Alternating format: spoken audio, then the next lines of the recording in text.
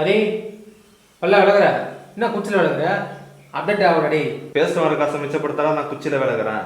சரி ஏதாச்சும் விளக்கு ஒரு 3000 பணம் கூட 48,000 சம்பளம் வாங்குறேன், என்கிட்ட 3000 காசு கேட்குறேன். அசிங்கமா இல்லை உனக்கு? அசிங்கப்பட்டா கடன் வாங்க முடியுமா?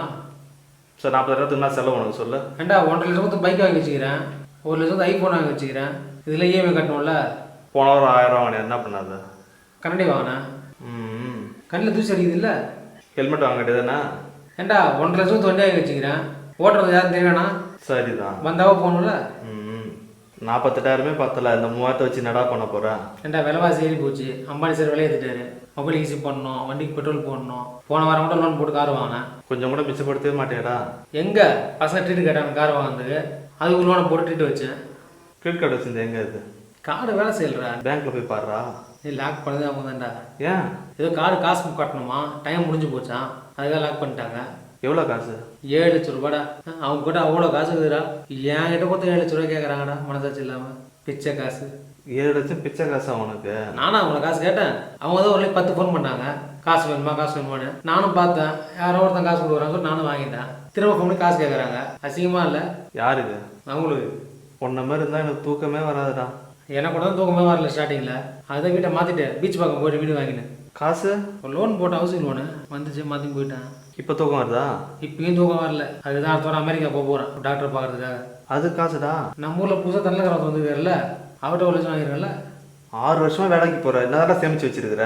சேமிப்பே இல்லை, செலவு தான். பக்கத்து வீட்டுக்காரன் 32 இன்ச்சு டிவி வாங்கினான், நான் உடனே லோனை போட்டேன். 65 இன்ச்சு டிவி வாங்கினான். அவன் 10 லட்சத்தில் கார் வாங்கினான், லோனை போட்டான். 20 லட்சத்தில் நான் கார் வாங்கினான். கெத்தா வாழறோம்ல. அவன் பரம்பரை பணக்காரன்டா, நான் பரம்பரை கடன்காரன். உன் கதையை கேட்டால் எனக்கே தலை சுத்துறாடி. எப்படி தான் அடைக்க போறியோடி? 3000 கொடு. இல்லை. ஏன்டா? நான் கடன் வாங்குறதும் இல்லை, கடன் கொடுக்கறதும் இல்லை. எப்படி இருந்து? நீ அந்த 1000 ரூபா தரல, அதுல இருந்து உஷாராயிட்டியா? ஆமாம். 3000 காசு வாங்கி காட்டுமா? ஹலோ அன்பு, எங்கடா இருக்க? வீட்லையா? வீட்டில் எடுத்து வந்துடுறேன். யாரா அவன் அடிக்கிற வெளில ரெயின் கோட் மாட்டின்னு வரான்? டேய் யாரா அவன்? திரும்ப யாரு?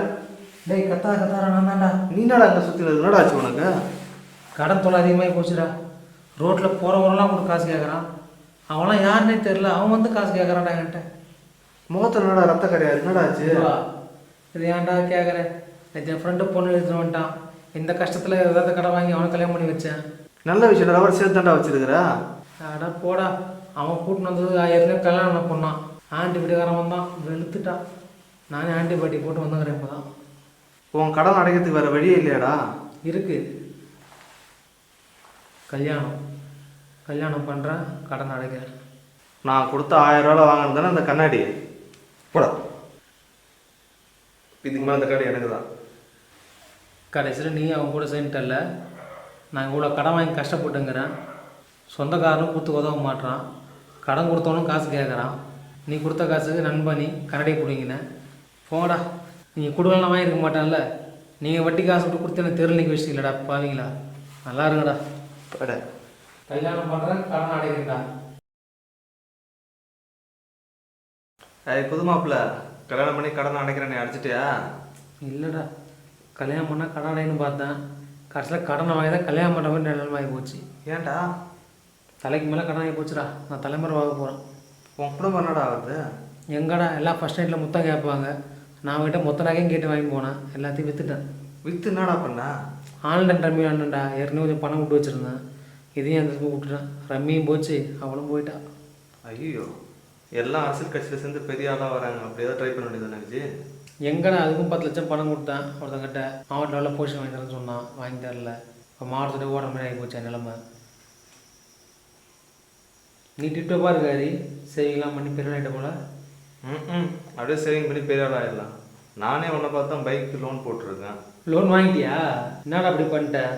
கடன் வாங்க மாட்டேன், கடன் கொடுக்க மாட்டேன்னு சொன்னேன். உன் வாழ்க்கை நீ ஆயிடுச்சிட்டியே. இதான் உன்னோட அழிவோட ஆரம்பம். இப்படியே போச்சுன்னு வச்சுக்கியா, நீ நடுத்தருக்கு வந்துடுவேன். கடனோட முடிவு இப்படி தான் இருக்குன்னு தெரிஞ்சுக்கிட்டே வச்சு நான் இதோட என்ன மாற்றிக்கிறேன். சரி, நான் ஊருக்கு கிளம்புறாரு. போகிற இடத்துல எங்கேயும் கடன் வாங்காத. இனிமேல் கடன் வாங்க மாட்டேன். கடன் வாங்கினதும் போதும், என் வாழ்க்கையில் நான் பட்ட அவஸ்தையும் போதும். சரி, பஸ்ஸுக்கு ஒரு 1000 கடன் கூட. டேய் என்னடா நடந்தா போக சொல்கிற? கடைசியாக வட்டியும் அசல் இல்லாமல் ஒரு 1000 காசு கொடுறா.